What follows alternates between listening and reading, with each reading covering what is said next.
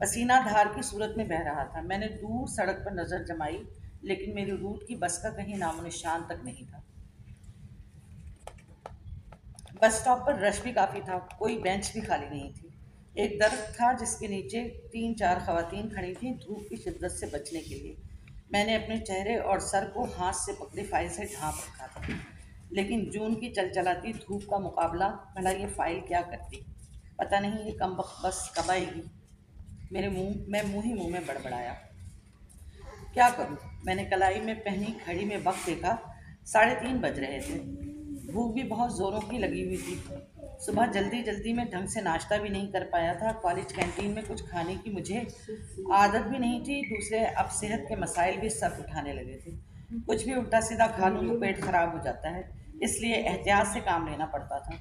भूख तो फिर भी किसी न किस तरह बर्दाश्त हो जाती है, लेकिन इस वक्त प्यास बहुत शिद्दत से महसूस हो रही थी। मैंने जब मुझे भेजा तो उसमें सिर्फ दो किरदार हैं, और इन दो किरदारों के ज़रिए माशरे में होने वाली इन वाक़यात और हालात का किसी इंसान के ऊपर कितना असर होता है, उसको एक तरह से उसको वाज़ेह किया गया है, उसके बारे में बताया गया है।